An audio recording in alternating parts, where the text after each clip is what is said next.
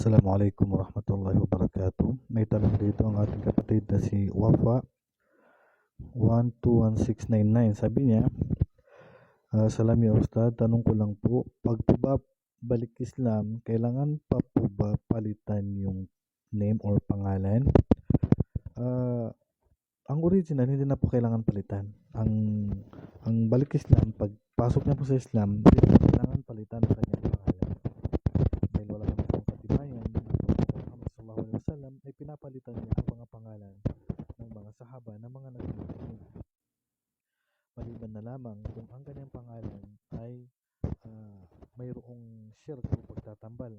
Halimbawa, Abdul Kaaba, alipin ng Kaaba, o kaya ang pangalan niya ay mayroong pagtatambal o hindi po kaaya-aya may pangalan sa kanya. So dito natin papalitan yung kanyang pangalan. Pero kung wala namang problema, ang pangalan niya Lord James o kaya ay Richard o kaya ay sa babae naman ay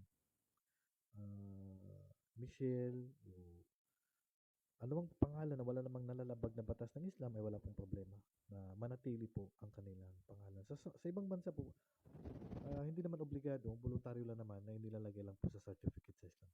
Assalamualaikum warahmatullahi wabarakatuh.